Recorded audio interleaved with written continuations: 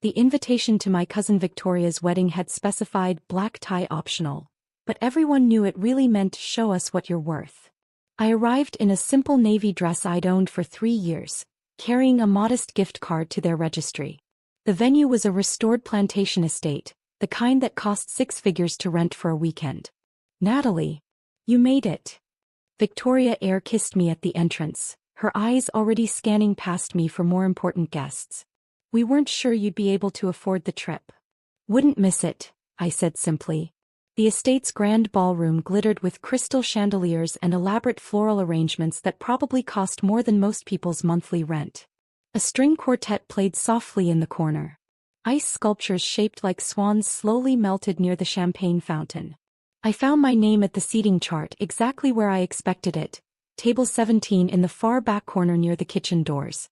The budget table, as my cousin Emma had called it in the family group chat, thinking I wouldn't see. The table for family members who didn't quite measure up, who needed to be invited but didn't warrant premium placement. My table mates were already seated when I arrived. Great-uncle Harold, who smelled like mothballs and told the same 3 stories on repeat. Second cousin Jennifer, going through her 3rd divorce. Aunt Carol's new boyfriend whose name no one could remember. And my younger cousin David, fresh out of college and already apologizing for not having made it yet. Natalie, David said, brightening when he saw me. Thank God, someone normal. I smiled and took my seat. The centerpiece was smaller than those at the front tables, the flowers slightly less fresh. Our champagne was Prosecco. Our table linens had a small stain that someone had tried to flip underneath. From our position I had a perfect view of the important tables. Table 1, closest to the bride and groom's sweetheart table, held Victoria's new in-laws, old money, the kind that whispered rather than shouted. Table 2 was my successful cousins. Emma and her hedge fund manager husband, Marcus and his surgeon wife, Christina, who just made partner at her law firm. Table 3 was my mother's siblings and their accomplished children. Aunt Sarah, who never missed an opportunity to compare her children's achievements to mine. Uncle Richard, whose son had just been promoted to vice president at a Fortune 500 company. Aunt Catherine, whose daughter was a published author with a book tour across 12 states. My mother sat at table 4, positioned so she could see me but with enough distance to maintain plausible deniability about our relationship. She wore her disappointment like a designer handbag, expensive and obvious. The ceremony began at 6. Victoria looked stunning in her custom Vera Wang gown. Her fiancé, Preston, came from a family that owned a chain of luxury car dealerships across the South. The vows were traditional, the kiss was perfectly timed for photographs, and the recession was exactly long enough to allow the important guests to reach the cocktail hour first. At the cocktail hour, I accepted a glass of Prosecco and examined the elaborate appetizer stations. Oyster bar, sushi station, carving station with prime rib, artisanal cheese display that looked like edible architecture. Natalie, sweetheart, Aunt Sarah descended on me, her smile sharp. How wonderful that you could make it. We know how busy you must be with your little consulting work. It's going well, thank you, I said. Still working from home, I assume? Such a modern arrangement. Though I suppose it saves on professional wardrobe costs. Her eyes swept my 3-year-old dress with practiced assessment. Uncle Richard joined us, bourbon in hand. Natalie, haven't seen you since last Christmas. Still doing that independent contractor thing? I am. Brave, he said in a tone that clearly meant foolish. No benefits, no security, no real career track. But I suppose some people prefer flexibility over stability. Cousin Emma approached with her husband Bradley. Oh, Natalie. We were just talking about you. Bradley was asking which family members had real careers versus hobbies. Bradley laughed, the sound like ice clinking in an empty glass. Emma explained you do some kind of freelance work? Consulting, is it? Strategic business consulting, I said quietly. How quaint, Aunt Sarah interjected. My neighbor does something similar. Charges $50 an hour to help small businesses with their social media. Is that the sort of thing you do? Something like that, I replied. My mother appeared, her smile tight. Natalie, darling, why don't you try the shrimp? It's quite good. Though I suppose you're not used to this level of catering. Marcus joined the growing circle, his surgeon wife Priya on his arm. Natalie. Good to see you. Priya and I were just discussing how impressive Victoria's wedding is. Preston's family really knows how to throw an event. This must be quite the experience for you. It's lovely, I said. I imagine it's different from what you're accustomed to, Priya added, her voice dripping with false kindness. But exposure to this level of success must be inspiring. Show you what's possible when you really apply yourself. Christina appeared with a champagne flute, real champagne, not Prosecco. Speaking of success, did everyone hear about my promotion? Senior partner finally. The firm is giving me the corner office and doubling my support staff. Congratulations erupted around the circle. Aunt Sarah beamed. Uncle Richard raised his bourbon and toast. My mother's face lit up with the kind of pride I'd never seen directed at me. That's real achievement, Uncle Richard declared. Partnership at 39. That's the kind of success we value in this family. Not everyone can reach those heights, Aunt Sarah said, glancing at me. Some people are satisfied with simpler paths. And that's fine too. The world needs all types. The dinner bell chimed, calling us to our assigned tables. I returned to table 17, where Great-Uncle Harold was already halfway through his first story. The salad course arrived. Baby greens with vinaigrette for us, while I could see the front tables receiving arugula with pear, candied walnuts and gorgonzola. From my seat I watched the important tables. Watched Aunt Sarah hold court, describing Christina's promotion in elaborate detail. Watched Emma show off photographs of her new summer home in the Hamptons. Watched Marcus discuss his latest research paper that was under review at a prestigious medical journal. My mother kept glancing back at me, her expression a mixture of pity and embarrassment. The main course arrived. Our table received chicken. Slightly dry, clearly from the first batch that had been sitting too long. The premium tables got filet mignon and lobster tail. The contrast wasn't subtle. They really put us in the overflow section, David muttered. Might as well have seated us in the parking lot. After dinner the toasts began. Victoria's father spoke about legacy and family tradition. Preston's father discussed the importance of building wealth across generations. The best man made jokes about Preston's six-figure salary and his collection of luxury watches. Then came the family tributes. Aunt Sarah stood, microphone in hand, and proceeded to list every achievement of every successful family member, lingering especially long on Christina's partnership and Emma's real estate investments. Our family, she concluded, has always valued excellence, ambition, and real measurable success. We're so proud of all our high achievers. Her eyes swept past table 17 like we were furniture. The dancing started. I stayed seated, watching couples fill the floor. Victoria danced with her father, then Preston, then began circulating through the important guests. She didn't make it to the back tables. Emma appeared at my table, slightly drunk, her smile predatory. Natalie. Having fun back here in budget seating? She laughed loudly. I told Victoria we should have had a kids' table too, for the family members who haven't quite grown up career-wise. Emma, David said quietly, that's not. Oh, don't be sensitive, Emma waved him off. Natalie knows I'm teasing. We're all family here. Some of us just happen to work harder and aim higher. She gestured vaguely at my dress. But there's dignity in simplicity, right? Not everyone needs designer labels and career prestige. She walked away, laughing at her own wit. Aunt Catherine approached next, her daughter Lauren in tow. Natalie, dear, Lauren just signed a contract for her second book. A major publisher, six-figure advance, book tour across 3 countries. Congratulations, I said to Lauren. Thanks, Lauren said not unkindly. What are you working on these days? Various consulting projects, I said. How nice, Aunt Catherine interjected. Those little freelance gigs. Very flexible, I'm sure. Lauren's schedule is so demanding with her book launches and literary festival appearances, she barely has time for anything else. Real success requires real dedication. My mother joined them, martini in hand. Natalie, are you having a good time? I know this isn't quite your usual environment. It's fine, Mom. I just wish. She trailed off, her eyes emotional. I wish you'd given yourself more opportunities. Look at your cousins. Real careers, real achievements, real respect. When people ask me about my daughter, I have to explain that you're figuring things out at 36. I figured things out just fine, I said calmly. Have you? Aunt Sarah rejoined the conversation. Because from where we're standing, it looks like you've been treading water for years while everyone else moved forward. Uncle Richard appeared with a fresh bourbon. It's not too late, Natalie. You're still young enough to start a real career. I could ask around, see if anyone needs entry-level staff. You'd have to start at the bottom, obviously, but at least it would be legitimate work. I appreciate the offer, I said, but I'm content with my current path.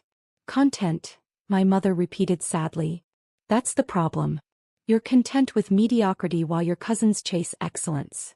The speeches continued. More toasts, more tributes to success and achievement and the importance of marrying well and building empires and leaving legacies. Each word felt designed to emphasize the divide between the important tables and Table 17. Victoria's new mother-in-law gave a speech about the importance of surrounding yourself with excellence. You become like the 5 people you spend the most time with, she declared. Choose successful people and you'll become successful. Choose mediocrity and well. She didn't finish the sentence. Didn't need to. At 9 o'clock, Victoria announced a special surprise. Preston and I wanted to do something different for our wedding entertainment, she said, her voice amplified through the sound system. We're going to stream the International Business Leadership Awards live. Preston's father is receiving a Lifetime Achievement Award, and we thought it would be wonderful to share this moment with all of you. Applause rippled through the room. Clearly, most of the important guests already knew about this. A massive projection screen descended from the ceiling. The lights dimmed. The awards ceremony livestream began, showing an elegant ballroom in New York City filled with people in formal attire. The ceremony opened with a montage of past winners. CEOs of major corporations. Founders of billion-dollar startups. Leaders who'd revolutionized entire industries. The host appeared, a famous business journalist whose books I'd actually read. Welcome to the 25th Annual International Business Leadership Awards, she announced. Tonight we honor the visionaries, the innovators, the leaders who have fundamentally transformed how we do business in the modern era. At Victoria's wedding, the front tables watched with interest. Table 17 was mostly ignored. Great-Uncle Harold had fallen asleep and Jennifer was scrolling through her phone. The ceremony began with the smaller categories. Innovation in technology. Breakthrough Startup of the Year. Excellence in Sustainable Business Practices. Each winner gave a brief speech, accepted their crystal trophy and exited. Aunt Sarah turned in her seat to look at me. Even from this distance I could see her smirk. This was exactly her kind of event. Celebrating the type of success she valued, the type she wished I'd achieved. The host returned to the podium. And now we come to our major awards of the evening. First, the Global Impact Award, presented to the individual whose business has created the most significant positive change across multiple countries and industries. The screen showed images of hospitals, schools, clean water facilities, manufacturing plants, community centers. All funded and built by the award winners' corporation and charitable foundation. This year's recipient, the host continued, has built an enterprise that operates in 37 countries, employs over 60,000 people, and has pioneered breakthrough approaches to ethical supply chain management, sustainable manufacturing and corporate social responsibility. More images flashed. Factories with solar panels, employee programs providing free education and healthcare, community investment initiatives, environmental restoration projects. Their work in transforming traditional consulting into a model that empowers local businesses in developing economies has created over 200,000 jobs globally. Their charitable foundation has donated $1.8 billion to education and infrastructure development. Victoria's guests were watching with polite interest. This wasn't Preston's father, his award was later. But it was impressive enough to maintain attention. Ladies and gentlemen, the host said, the Global Impact Award goes to Natalie Morrison, founder and CEO of Morrison Global Strategic Consulting. The wedding reception erupted in confused whispers. On the screen I appeared, walking onto the stage in New York City in a custom-tailored black gown, hair professionally styled, diamonds at my throat and ears. I looked nothing like the simple woman in the navy dress sitting at table 17. That can't be, Aunt Sarah started. Is that our Natalie? Emma's voice carried across the room. My mother's martini glass slipped from her hand, shattering on the floor. On screen, I accepted the crystal trophy, shook hands with the host and approached the microphone. Thank you. My voice echoed through both the New York ballroom and Victoria's wedding reception. When I started Morrison Global 13 years ago, people thought I was crazy to leave a stable corporate job to pursue independent consulting. My family was particularly concerned. Nervous laughter rippled through both audiences. I was told I was choosing a hobby over a real career, I continued. That freelancing was just a temporary phase. That I needed security, benefits, a traditional path. But I saw something different. I saw an opportunity to revolutionize how businesses approach strategic consulting, particularly in emerging markets. The screen showed graphs of exponential growth, maps of global expansion, photographs of the lives changed by Morrison Global's work. Today, Morrison Global operates in 37 countries with offices in 23 major cities. We employ 63,000 consultants, analysts, and support staff. Last year, our revenue exceeded $4.3 billion, with 40% going directly back into our charitable foundation and employee profit-sharing programs. At Victoria's wedding, the silence was absolute. I built this company quietly, I said from the screen. I've never sought publicity or recognition. I've maintained a simple personal life, working from a home office, avoiding the trappings of wealth that many associate with business success. Because the success was never about me, it was about proving that business can be a force for genuine good in the world. The host returned to the stage. Ladies and gentlemen, Natalie Morrison has been called the most influential management consultant of her generation. Her client list includes 17 Fortune 500 companies, 12 national governments, and the United Nations Development Program. Her personal net worth is estimated at $3.8 billion, making her one of the youngest self-made female billionaires globally. Emma made a choking sound. The live stream continued with my acceptance speech. I discussed Morrison Global's expansion plans, our commitment to ethical business practices, our goal of creating 1 million jobs globally by 2030. I thanked my team, my mentors, the clients who trusted us. I didn't mention my family. Didn't thank them. Didn't acknowledge their existence. The camera panned across the New York audience. I could see the CEOs I'd consulted for, government ministers I'd advised, fellow entrepreneurs I'd collaborated with. An audience of actual peers, actual colleagues, actual respect. Victoria's wedding reception remained frozen. On screen, I finished my speech to thunderous applause and exited the stage. The awards ceremony continued. Preston's father received his Lifetime Achievement Award for building a successful regional car dealership chain. Respectable, certainly. But after my segment, it felt almost quaint. Local success versus global impact. Millions versus billions. When the live stream ended and the lights came back up, Victoria stood at her microphone, face pale. I didn't know, she stammered. Natalie never said. Every head in the room turned to look at table 17. Great-Uncle Harold had woken up during the commotion. Did I miss something? He asked. The silence broke like a dam bursting. Aunt Sarah stood abruptly, her chair scraping loudly. This is impossible. Natalie, you're a freelance consultant. You work from home. You drive a 10-year-old Honda. I do, I confirmed calmly. I like that car. It's reliable. My mother was crying, actual tears streaming down her face. You let us think. All these years, we thought you were struggling. You assumed I was struggling, I corrected. I never said I was. Emma appeared at my table, her face a mottled red. You own a multi-billion-dollar company? You employ 60,000 people? And you sat here while I mocked you? You seem to be enjoying yourself, I said. Uncle Richard's bourbon sat forgotten as he pulled out his phone, frantically Googling. Morrison Global Strategic Consulting. Oh my God. Oh my God. Real. Natalie, you're on the Forbes billionaire list. Number 743. You're worth $3.8 billion. The estimate is slightly high, I said.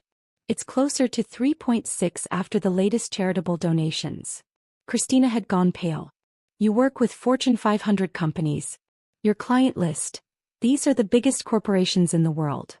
They have interesting challenges, I said. I enjoy solving complex problems. Marcus was reading from his phone, his voice shaking. You advised the UN on their sustainable development programs. You consulted for the World Bank. Natalie, you've met with heads of state. 12 heads of state, I clarified. 13 if you count the Secretary General, though technically that's not a state. Aunt Catherine looked like she might faint. Lauren's book deal, her 6-figure advance, is wonderful, I said sincerely. Writing is hard work. She should be proud. But you just won an award in front of thousands of business leaders, Aunt Catherine continued. You're wearing a gown that probably costs more than my 3-year-old navy dress? I suggested. Yes. I have appropriate attire for business functions. I just don't wear it to family events. Victoria had descended from the head table, Preston trailing behind her looking confused. Natalie, I seated you at table 17. I put you in the back. Near the kitchen. I noticed, I said. But you're more successful than everyone here combined. You should have been at the head table. You should have been honored, featured, celebrated. Should I have been? I asked. What changed between 6 hours ago and now? We didn't know. Victoria protested. Exactly, I said. You didn't know. You assumed. You judged. You seated me according to what you perceived as my value, not according to my relationship to you. My mother was at my side now, gripping my arm. Why didn't you tell us? Why did you let us treat you like a failure? Did I let you treat me like a failure? I asked gently. Or did you choose to treat me that way regardless of my actual success? Priya spoke up, her surgeon's composure cracking. But your LinkedIn profile says independent consultant. No company name, no details. I value privacy, I said. Morrison Global's clients know who I am. That's sufficient. Emma was still reading from her phone, her voice rising with each sentence. You've written 3 books on strategic business transformation. You lecture at Harvard Business School. You're on the board of directors for 6 major corporations. Natalie, you're famous. In business circles, you're genuinely famous. In certain circles, I agreed. I prefer to keep my professional life separate from my personal life. Bradley, Emma's husband, had found a video of me delivering a keynote at a major conference. Thousands in attendance, standing ovation, genuine reverence from an audience of business leaders. You command speaking fees of $250,000 per event, he read. Your consulting rate is $5,000 per hour. Your last book was a New York Times bestseller in the business category. It did well, I acknowledged. Uncle Richard's hand was shaking as he showed me his phone. I offered you an entry-level position. I suggested you start at the bottom of someone's company. I told you it wasn't too late to build a real career. You did, I said. I'm a regional sales manager making $90,000 a year, he continued, his voice breaking. And I offered you career advice. You could buy my company 1,000 times over. I could, I agreed. But I wouldn't. It's not strategically aligned with Morrison Global's core competencies. Aunt Sarah sank into a chair at my table, uninvited. When you said you were a consultant, I thought you helped small businesses with their Facebook pages or something. I understand the confusion, I said. The word, consultant, covers a broad range of services. Lauren appeared, her face stricken. I bragged about my book tour. I talked about traveling to 3 countries like it was impressive. You operate in 37 countries. Your book tour is impressive, I said kindly. Different types of success aren't competitive. You're bringing stories to readers. That matters. But you brought jobs to hundreds of thousands of people, Lauren said. You built hospitals and schools. You changed lives on a massive scale. Different purposes, I said.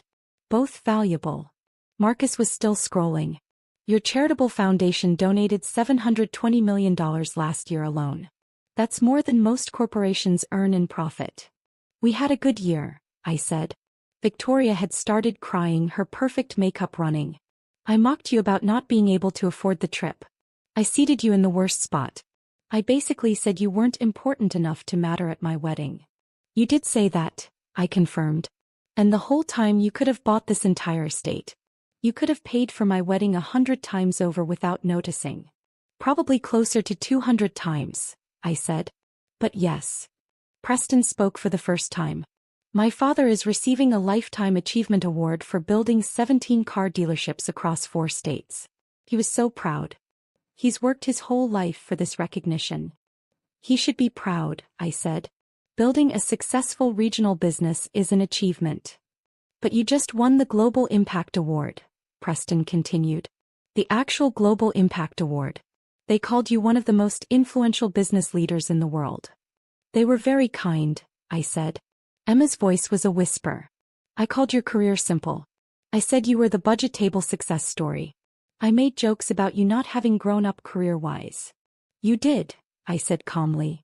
And you just sat there. You didn't defend yourself. You didn't tell us we were wrong. Would it have mattered? I asked. If I'd said, actually, I run a multi-billion-dollar global consulting firm, would you have believed me? Or would you have thought I was delusional or lying? Silence. That's what I thought, I said. My mother was openly sobbing now. I told you I was embarrassed when people asked about you. I said you'd chosen mediocrity. I wished you'd given yourself more opportunities. I remember, I said. But you've accomplished more than all of us combined. More than I ever dreamed possible. Different dreams, I said. I wasn't trying to compete with anyone. Christina's phone showed my Wikipedia page. Your company has won 17 major industry awards. You've been profiled in The Economist, Fortune, Forbes, Bloomberg. There's a case study about your business model taught at 8 business schools. 9 now, I corrected. Stanford just added 1. Aunt Catherine was reading from an article. This profile says you're known for your humility and privacy. That you refuse most interview requests. That you live modestly despite your wealth because you believe business success should be measured by impact, not personal luxury. That's accurate, I said.